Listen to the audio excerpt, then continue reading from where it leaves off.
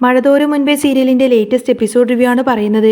അങ്ങനെ ബാലചന്ദ്രനും ശിവനും രാവുണ്ണിമാമന്റെ മക്കളും തമ്മിലുള്ള ആ ചർച്ച വെറും ഒരു വാക്കേറ്റമായിരുന്നില്ല, മറിച്ച് വർഷങ്ങളോളം കുഴിച്ചുമൂടിയ ചില സത്യങ്ങളുടെ പുറത്തെടുക്കലായിരുന്നു. ബാലചന്ദ്രന്റെ ഉറച്ച തീരുമാനങ്ങൾക്ക് മുന്നിൽ തളർന്നു പോയിരിക്കുകയാണ് ശിവശങ്കരൻ. ചർച്ച തുടങ്ങിയപ്പോൾ തന്നെ അലീന ആ വീട്ടിൽ വന്ന അന്നു മുതൽ വൈജയന്തി അവളോട് കാട്ടിയ ഓരോ ക്രൂരതകളും ബാലചന്ദ്രൻ എണ്ണി എണ്ണി പറഞ്ഞു. തൻ്റെ മകളെ പോലെ താൻ കാണുന്ന ആ പെൺകുട്ടിയെ ശാരീരികമായും മാനസികമായും തളർത്താൻ ശ്രമിച്ച വൈജയന്തിയുടെ ഒരു മറുപടി കൂടിയായിരുന്നു ആ സംഭാഷണം. എന്നാൽ ഇതൊക്കെ പഴയ കാര്യങ്ങളല്ലേ എന്ന് പറഞ്ഞ് നിസാരവൽക്കരിക്കാനാണ് ശിവരാമൻ ശ്രമിച്ചത്. ബാലചന്ദ്ര, കഴിഞ്ഞതൊക്കെ കഴിഞ്ഞു. ഇനി നമുക്ക് പഴയതുപോലെ മുന്നോട്ട് പോവാം. നീ നിന്റെ കുടുംബത്തിനും മക്കൾക്കും വേണ്ടി അലീനയെ ഉപേക്ഷിക്കണം.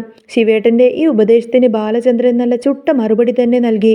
ആ മറുപടി മൂർച്ചയുള്ളതായിരുന്നു. ശിവേട്ട, പഴയതുപോലെ എന്ന് പറഞ്ഞാൽ നിങ്ങൾ ഉദ്ദേശിക്കുന്നത് അലീനയെ വീണ്ടും അനാഥയാക്കണമെന്നാണോ? എങ്കിൽ തെറ്റി. അവൾ ഇന്നു മുതൽ ഈ വീട്ടിലെ ഒരു അംഗമാണ്. അവളെ സംരക്ഷിക്കാൻ ഞാൻ ഏതറ്റം വരെയും പോവും.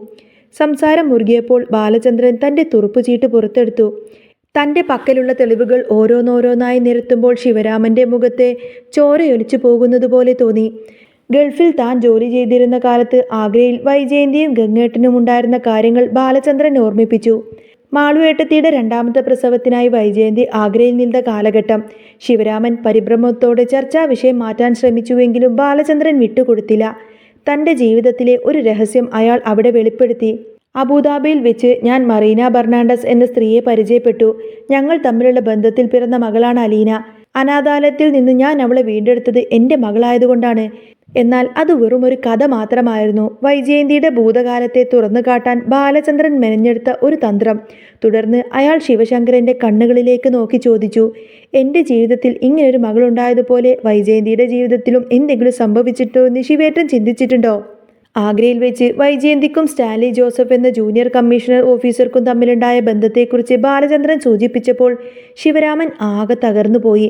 അവർ തമ്മിലുള്ള പ്രണയം, അതിലൊരു കുഞ്ഞുണ്ടായിരുന്നുവെന്നും ആ കുഞ്ഞിനെ അനാഥാലയത്തിൽ ഉപേക്ഷിച്ചതുമായ സത്യങ്ങൾ ബാലചന്ദ്രൻ പരോക്ഷമായി പിറുപിറുത്തു പറഞ്ഞു.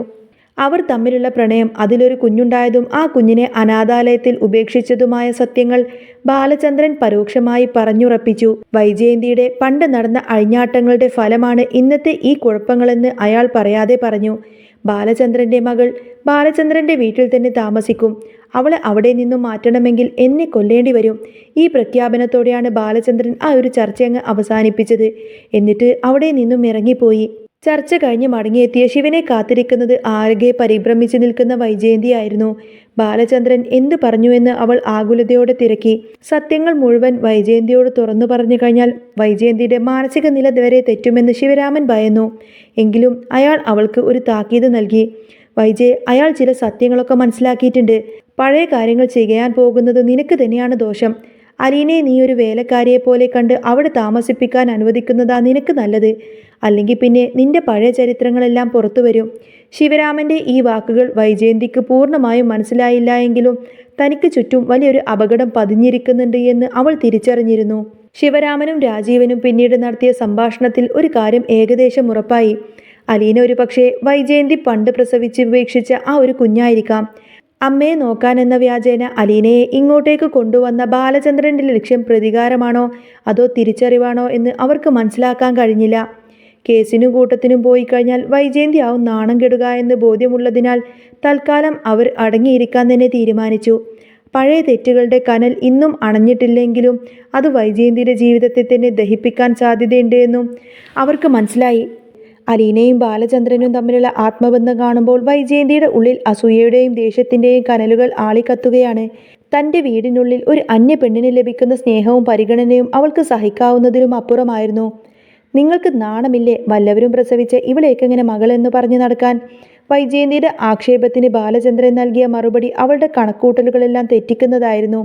ഒരു വിഡ്ഢിയെപ്പോലെ താൻ ഇത്രയും കാലം അനുസരിച്ചതൊന്നും ഇനി നടക്കില്ല എന്നും അലീന ഈ വീട്ടിൽ തന്നെ കാണുമെന്നും അദ്ദേഹം ഉറപ്പിച്ചു പറഞ്ഞു. അലീനയെ കൊന്നിട്ടാണെങ്കിലും ഇവിടെ നിന്നും പുറത്താക്കുമെന്ന ശബ്ദം ചെയ്താണ് വൈജയന്തി അവിടെ നിന്നും മടങ്ങുന്നത്. താൻ എല്ലാവരാലും ഒറ്റപ്പെടുന്നു എന്ന തിരിച്ചറിവ് വൈജയന്തിയെ മാനസികമായി തളർത്തുന്നു. അടുക്കളക്കാരിയായി വന്നവൾ തൻ്റെ ജീവിതം തകർക്കുന്നു എന്ന തോന്നൽ അവളെ ആത്മഹത്യയുടെ വക്കിലെത്തിക്കുന്നു.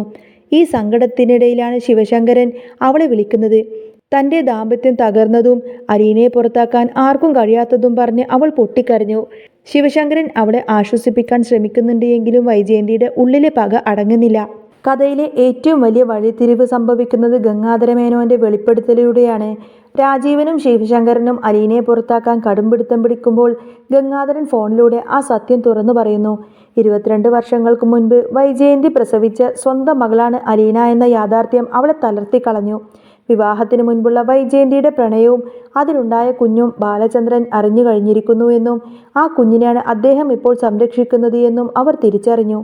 അലീനയോട് തങ്ങൾ ചെയ്ത ക്രൂരതകളോർത്ത് ശിവശങ്കരനും രാജീവനും മനസ്താപത്താൽ നീറുന്ന കാഴ്ചയാണ് പിന്നീട് കാണുന്നത്. ഗംഗാധരമേനോനും മാലതിയും നാട്ടിലേക്കെത്തി അലീനയെ നേരിൽ കാണുന്നു. തൻ്റെ അസ്തിത്വം വെളിപ്പെടുമെന്ന ഭയത്തിൽ നിൽക്കുന്ന അലീനയോട് നീ ഇവിടുത്തെ വേലക്കാരിയല്ല, ഈ വീടിൻ്റെ അവകാശിയാണെന്ന് അവർ വ്യക്തമാക്കി കൊടുത്തു. മുത്തശ്ശി വൈജയന്തിയോട് പറഞ്ഞിരിക്കുന്നത് അവളുടെ കുഞ്ഞ് മരിച്ചുപോയി എന്നാണ്. എന്നാൽ അലീനയിലൂടെ ആ ജീവൻ തിരിച്ചെത്തിയിരിക്കുന്നു എന്ന സത്യം അലീനയെയും സ്തബ്ധയാക്കുന്നു. തൻ്റെ അമ്മ ഈ സത്യം അറിഞ്ഞിട്ടുണ്ടാവുന്ന പ്രത്യാഘാതങ്ങൾ ഓർത്ത് അവൾ ആകുലപ്പെടുന്നു. സ്നേഹത്തിൻ്റെയും പ്രതികാരത്തിൻ്റെയും ഇടയിലുള്ള ഒരു നൂൽപ്പാലത്തിലൂടെയാണ് കഥ മുന്നോട്ട് പോകുന്നത്. സത്യങ്ങൾ ഓരോന്നോരോന്നായി വെളിച്ചത്തു വരുമ്പോൾ വൈജയന്തി തൻ്റെ സ്വന്തം മകളെ തിരിച്ചറിയുമോ? അതോ വൈജയന്തി പ്രസവിച്ച തൻ്റെ സ്വന്തം മകളാണ് അലീന എന്ന ആ ഒരു സത്യമെങ്ങാനും വൈജയന്തി തിരിച്ചറിഞ്ഞു കഴിഞ്ഞാൽ വൈജയന്തി വെറുപ്പോളെ അവളെ അവിടെ നിന്നും ആട്ടിയകറ്റുമോ? അലീനയുടെ കണ്ണീരും ബാലചന്ദ്രന്റെ നിശബ്ദമായ പോരാട്ടവുമാണ് ഈ കഥയെ കൂടുതൽ വൈകാരികമായ തലങ്ങളിലേക്ക് കൊണ്ടുപോകുന്നത്. ഇനി വരാൻ പോകുന്നത് നമ്മൾ പ്രേക്ഷകർ ഒട്ടും തന്നെ പ്രതീക്ഷിക്കാത്ത വമ്പൻ ട്വിസ്റ്റ് നിറഞ്ഞ എപ്പിസോഡുകളൊക്കെ തന്നെയാണ്. അപ്പോൾ ചാനൽ ഇഷ്ടമാവുകയാണെങ്കിൽ സബ്സ്ക്രൈബ് ചെയ്യാനും സപ്പോർട്ട് ചെയ്യാനും മറക്കല്ലേ കേട്ടോ. നെക്സ്റ്റ് വീഡിയോ ആയിട്ട് വരാം. ബൈ.